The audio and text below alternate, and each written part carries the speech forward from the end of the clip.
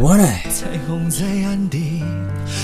basi ikiwa ni mwisho kabisa katika final episode ya mashine safi kitu bomba, wanaita nani muuaji, who is the killer, na Mr. Burudani mitamboni kama kawaida, tukizidi kabisa kusonga mbele. Na hapa ni mwisho kabisa episode ya 120 hapa, tukizidi kabisa kusonga mbele na Mr. Burudani mitamboni kama kawaida. Namba zangu ni zile zile, jumlisha 1415204037. Unanipata moja kwa moja kupitia WhatsApp kama Mr. Burudani. Narudia tena, jumlisha 1815208137. Unanipata moja kwa moja kupitia WhatsApp kama Mr. Burudani. Ni The Jolly Voice. Bwana, final episode ya kitu safi mashine bomba, wanaita nani muuaji, hii hapa. Twende tukaanze kama ifuatavyo. Bwana, mashine ni ile ile. Twende tukaanze final episode mashine hii hapa. Bwana, tuanzie pale tulipoishia. Jamaa alipewa kifungo cha maisha, atafungwa huko gerezani maishani mwake mote. Huyu jaji alikuwa anakumbuka kama kuna watu wengi, fanya yani haki iwe sawa, basi tunafunga kama hivyo. Basi ilibidi watu waondoke. Aambia subiri mheshimiwa. Nini tena? Kuna nini mheshimiwa? Aambia bado kuna kesi mpya. Aambia ni kesi gani hiyo na pia kwa nini? Aambia kesi miaka 16 iliyopita ya Meja iliyofungwa miaka hiyo.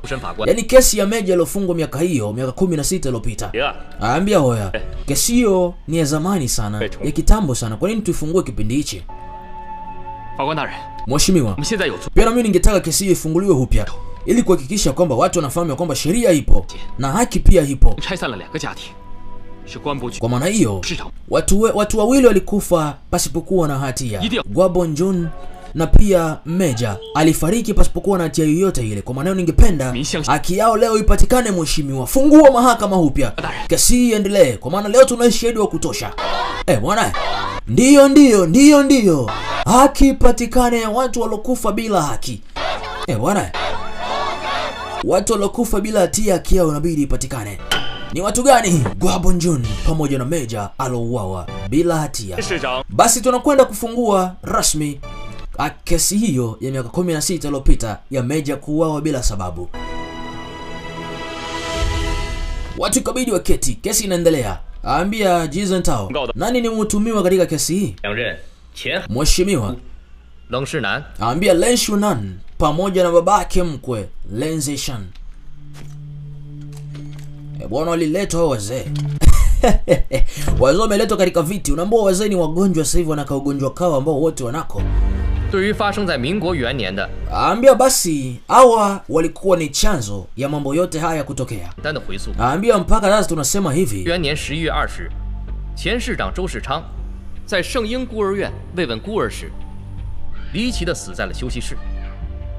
这在当年可谓是铁证如山，凶器、指纹无第三。 Anaambia watu wote yaani watu hao wawili ni sababu yoyote. Leng Shinan pamoja na Leng Zishan. Aambia hawa watu wote wamehusika katika kifo cha Meja na pia mwamba wa kuitwa Guabonjun. Kwa maana ningependa Leng Shinan na Leng Zhongwen. Jamaa anasema ningependa majaji muamue vizuri kuhusu kesi na pia wapewe adhabu yao. Jamaa pia atakuwa ni shahidi hapa. Aambia tafadhali panda na uongee kila kitu ambacho unakifahamu. 我也是在机缘巧合之下发现圣婴孤儿院里藏有。 Aambia siku hiyo Meja alikwenda katika kituo cha watoto yatima kwa sababu ya kudonate pesa ili watoto yatima waishi katika maisha mazuri zaidi. Aambia siku hiyo Meja aliyokwenda pale, huyo mzee alimtuma, yani alimtumwa mkwe wake akamwangamize Meja. Unaona? Anasema kwamba alimtuma akamwangamize. Kipindi hicho Guabonjun alikuwa ni secretary wa mheshimiwa Meja. Aambia kipindi hicho mauaji yaliyotokea, Leng Shinan alikuwa ni mtu ambaye alimwangamiza Meja kipindi hicho. Ilikuwaje? Ilikuwa hivi. Mwamba akasimulia, akawapa story yote mwanzo mwisho. Bwana, na sisi tuoneshe tena.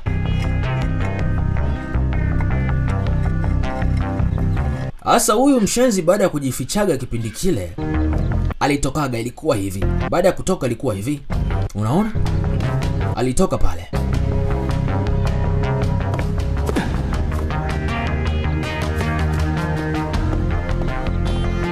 Baada ya kutoka, Lee Hao-dae pia alikuwa hapo kipindi hicho. Jamaa huyu alikuwa na cheo kipindi hicho, alikuwa na cheo kikubwa sana. Bwana.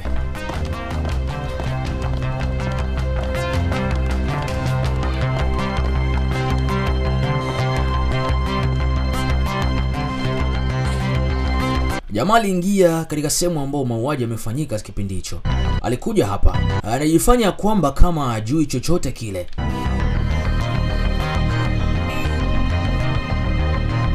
Lee Hao-dae pia alikuwepo kipindi hicho. Bwana. Jamaa kacheki. Jamaa tayari kashapigwa risasi, amefariki upo hapo kwa chini.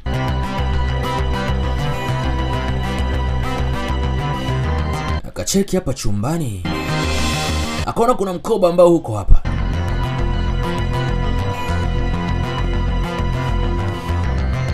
Baada ya hapo akavaa gloves. Bwana.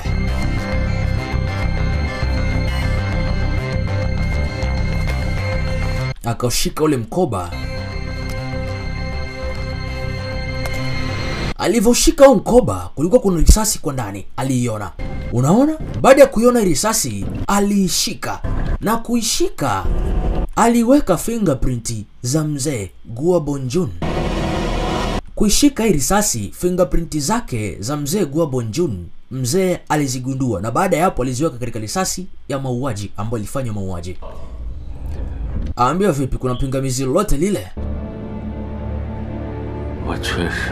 Naweza nikasema ya kwamba mzee anaumwa mpaka sauti imebadilika.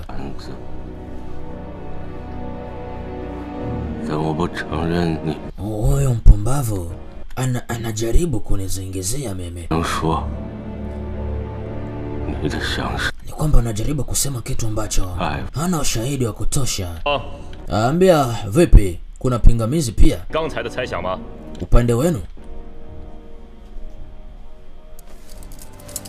Jamaa anasema mimi hapa nitahakikisha kwamba nasema kila kitu. Nitaongea mimi.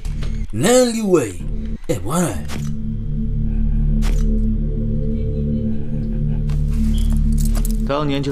Kipindi hicho mimi ndiyo mtu ambaye nilimficha mzee. Ambaye nilimficha huyu mzee kipindi hicho miaka hiyo 16 iliyopita. Na baadaye hapo alitaka mimi nisiongee kuhusu siri yake, kwa maana hiyo aliniabdoti mimi. Len Wei. Wewe ni mpumbavu. Kila mtu anafahamu ya kwamba wewe unajaribu kuzichukua mali zangu na kuchukua nguvu yangu nilokuwa nayo mimi. Kwa maana hiyo kila mtu anaona kabisa ya kwamba unashirikiana na mdogo wako ili kuniangamiza mimi. Kila mtu anaweza kaona hivyo na wanaweza wakagundua hivyo. Bwana, sauti ya mzee imechange. Unaambua mzee amekuwa na sauti kama mtu ambaye sijui anaumwa ugonjwa gani. Anasema anasema wewe ni mwizi wewe. Bwana. Vipi? Kuna ushahidi mwingine ambao mko nao? Mheshimiwa, mpaka hapa na ushahidi wa kutosha. Aambia pia kuna kesi nyingine ambayo inahusiana na mambo haya. Aambia babangu mlezi. Aambia Lon. Sasa jamaa anadai kwamba babake mlezi pia aliuawa kwa kesi hii. Babangu mlezi siku ile alikwenda katika kituo cha watoto yatima ili kuwahoji. Anasema unaonekana aligundua kitu fulani. Na baada ya kugundua kitu fulani, wapambe wake waligundua. Au unaweza nikasema Len Shunan aligundua kwamba babangu mlezi kashafahamu kuhusu ukweli wote huu. Kwa maana hiyo alituma watu wake wakamwangamize babangu mlezi. Ambia wewe mjinga. Naweza nikasema ya kwamba ushahidi unaotoa hapa ni kwamba ni strong kidogo. Yaani una nguvu kidogo. Jamaa anasema mpaka kuja hapa na ushahidi wa kutosha, kwa maana usijali mzee. Mheshimiwa. Bwana ukaleta ushahidi. Ni nini? Kuna kitambulisho ambacho kipo hapa na pia kuna picha ambazo zipo hapa. Aambia Lo Zhenyin. Ambia hii ni kamera ambayo babangu alikuwa akiitumia kipindi hicho. 当年用于采访的相机。我查找到了当年遇刺一案的卷宗。 Ambia kipindi hicho babangu alivyokwenda katika kituo cha watoto yatima, kuna ushahidi ambao aligundua. 我循线 ambao wa ushahidi ulikuwa ni ushahidi tosha kabisa kudhibitisha kwamba mtu huyu ndiyo muuaji na amesubutu kumsingizia mtu mwingine mauaji. Kwa maana hiyo walivyogundua kwamba babangu mlezi kapata ushahidi wa kutosha, walimtafuta babangu mlezi na kumvamia na kumuua kwa ghafla. 我一直觉得很奇怪。 Ambia ni picha 为什么我记 ambayo babangu alikamata kipindi hicho. Yaani babangu mlezi alishika picha hii kipindi hicho. 找的不是当时的警察局局长， na pia ni ushahidi tosha kabisa. 而是已经不是警察的你，除非他觉得你有问题，想要确认自己这个想法，所以才去找的你。这张照片上很 asema kipindi hicho babangu alishika picha kitambulisho chake cha askari wa polisi. Yaani utambulisho wake kama yeye ni mtu askari wa polisi. Asa ilikuwa hivi. Siku ile aliyotoka pale alidondosha kitambulisho chake kama hivi. Alafu baada hapo alikikanyaga. Unaona? Alikanyaga kitambulisho chake. Bwana. Mheshimiwa. Basi alimkabidhi. Kuna futi ambazo ziko hapo, yani alama za miguu ambazo zipo hapo. Pia kitambulisho chake ambacho ni cha askari wa polisi. Hichi hapa. Kuna alama za miguu ambazo mpaka sasa bado zipo, ambazo alikuwa akikimbia kwa haraka, alikikanyaga kitambulisho hichi na kuacha alama hizo za miguu katika kitambulisho hichi. Walipewa waheshimiwa pia wacheki. Bwana, kumbuka ni miaka 16 iliyopita. Len Shunan, ambia huyu alikuwa anaitwa Wan Shunan, ambaye amehusika kwa mauaji ya watu wasiokuwa na hatia na kufanya mambo mengi sana ambao mengine hatuwezi tukayazungumzia hapa. Basi walijadili majaji kama kawaida yao. Baada hapo walisimama, waliinuka wote. Kutokana na ushahidi uliotolewa, basi nitakwenda kutoa hukumu, nitakwenda kuisoma hukumu. 前市长周世昌 谋杀案宣判如下：被告人 ambia 男，谋杀罪名 Len Shunan kesi yake ya mauaji ya miaka 16 iliyopita meja, basi atahukumiwa miaka 20 jela. Na Len Zenshan pia atahukumiwa kifungo cha maisha gerezani. Wote walipewa hukumu yao. Mzee Len Shunan atahukumiwa miaka 20 gerezani. Afu huyu mzee ambaye ni mkwewe atahukumiwa kifungo cha maisha kwa kuwa yeye ndo alimtuma muuaji. Bwana. Maskini ya Mungu. Hawa wazee mpaka vifungo vyao vitakapoisha, hawa watu watafia kabisa gerezani huko. Watahakikisha kabisa wanazikwa gerezani huko. Bwana, kumbuka hapa ni final episode katika kitu safi kabisa. Ni nani muuaji? Who is the killer? Ambia natumai kwamba kila mtu atagundua ya kwamba haki ipo na haki itatendeka kila sehemu patakapokuwa na masuala ya kishetani au masuala mabaya, haki itakuwepo. Nani wewe amekuja? Nani wewe amekuja? Bwana, Liwe huyu hapa amekuja pia. Mwamba anaenda kutumikia kifungo cha maisha gerezani. Ambia nimeshindwa, nimepoteza kwako. Lakini kuwa na kaka kama wewe au kuwa na mdogo kama wewe, yani naweza nikajivunia haswa. Ambia usijali. Hapo mahakamani tulivyokuwa hapo, ulikuwa shahidi na ukadhibitisha kwamba Len Shunan ana makosa. Kwa maana bado una nafasi ya kupata kuweza kuishi. Yani naweza nikathibitisha kwamba kifungo chako kinaweza yani kama akakifupisha hivi kifungo chake. Bwana. Yana ikapewa miaka ambayo inahesabika tu. Ya basi ilibidi apakiwe kwenye gari apeleke moja kwa moja gerezani. Anaitwa mpenzi mume Liwei. Bwana, alikuwa ni binti wa kuitwa Nianzi. Alikuja hapa. Nianzi. Asante kwa yote ulionifanyia. Pia asante kwa kunipa company kwa muda huu wote ambao ulikuwa na mimi. Ambia usijali. Mimi nitakuwepo tu, ukitaka utakuja kunitembelea siku yote ile unayotaka. Nitakuwepo siku zote.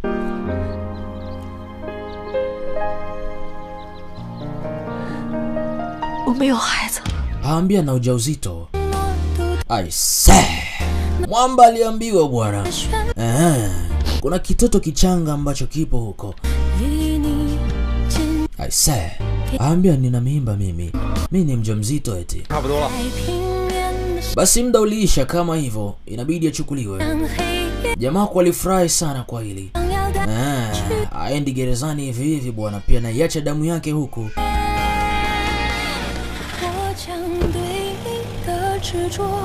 Mambo ya baby honey, usingizi sipati ABC na kuona kwenye glasi. Bwana, sasa hizo ndoto ndo zitakwenda kumkuta binti wa watu maskini ya Mungu. Mumeo anakwenda gerezani, kila siku atakuwa na muota mpenzi wake. Bwana, kawimbo wake ni kwa ajili ya watu kama hawa. Baby honey, usingizi sipati ABC na kuona kwenye glasi. Acha. Bwana, basi jamaa alipelekwa gerezani kwa ajili ya kutumikia kifungo cha maisha huko gerezani, na binti alibaki na ujauzito wake, alibaki nao hivyo hivyo. Bwana, unaambua ni baada ya miezi. Unaambua ni baada ya miezi miwili kupita kidogo. Binti leo alikuja gerezani. Kwa nani? Nani yupo gerezani? Alikuwa ni mtu mmoja muhimu sana. Ni nani huyo? Alikuwa ni Daojue huyu hapa. Baada ya binti kukamatwa kipindi kile, kumbuka, alitorokaga gerezani. Kwa maana hiyo aliletwa tena hapa ili kutumikia naye pia kifungo chake. Binti amebakiza miaka 30 gerezani. Kwa maana hiyo ataikaa hapa gerezani miaka 30, afu baada ya hapo atatolewa. Naambia kwa nini uko hapa? Naambia niko hapa kuangalia, of course. Naambia vipi? Ali yako ikoje? Naambia mimi niko sawa tu. Naambia Jiuge, tubadilishane eti. Wewe mimi na mimi niwe wewe, unaonaje hiyo? Naambia miaka 30 nikaa gerezani. Wewe unajipenda kweli kweli. Yaani mimi nikaa gerezani kwa ajili yako?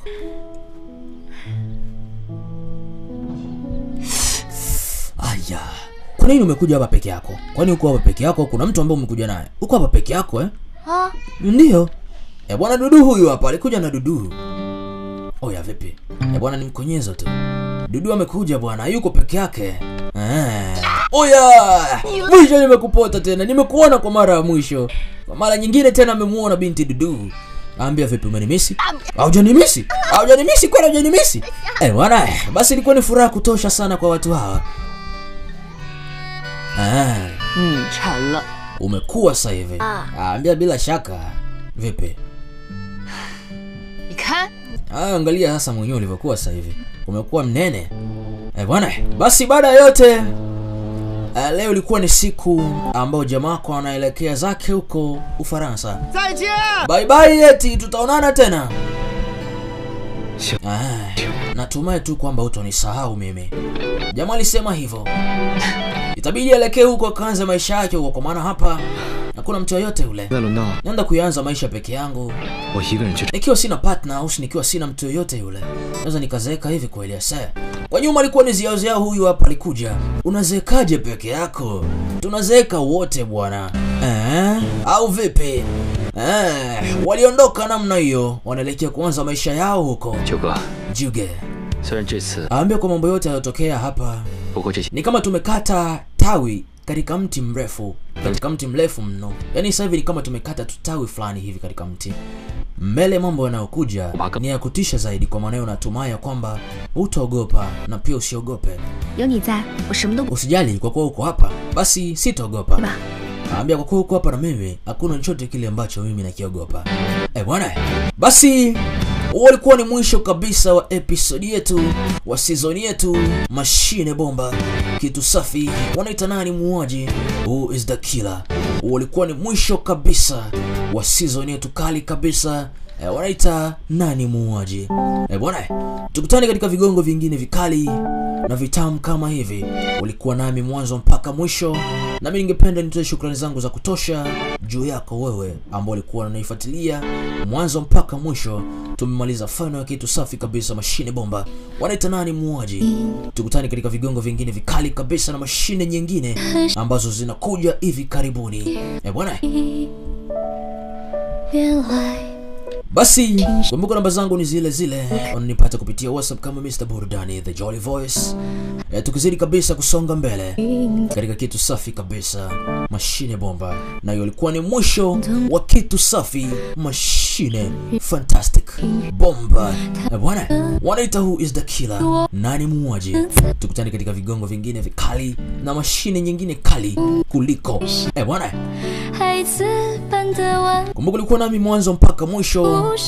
Nami ningependa tu nitoe shukrani zangu za dhati kwa shabiki yangu uliokuwa ukinifuatilia mwanzo mpaka mwisho. Ningependa nikushukuru sana wewe shabiki yangu. Asante kwa kunisupporti na kwa kunifuatilia mwanzo mpaka mwisho wa kigongo hichi nani muuaji. Ningependa tukutane katika vigongo vingine vikali ambavyo vinakuja hivi karibuni. Bwana, usahau pia unanipata kupitia WhatsApp kwa jumlisha 181520811037. Bwana, huo ulikuwa ni mwisho kabisa. Huo ni mwisho. Tukutane katika vigongo vingine, na mimi sina budi zaidi ya kusema bye bye. Tukutane huko. Ulikuwa nami mwanzo mwisho Mr. Burudani, na ulikuwa ni mwisho kabisa. Unakwenda kufunga kama hivyo, na mimi sina budi zaidi ya kusema bye bye. Tukutane katika vigongo vingine.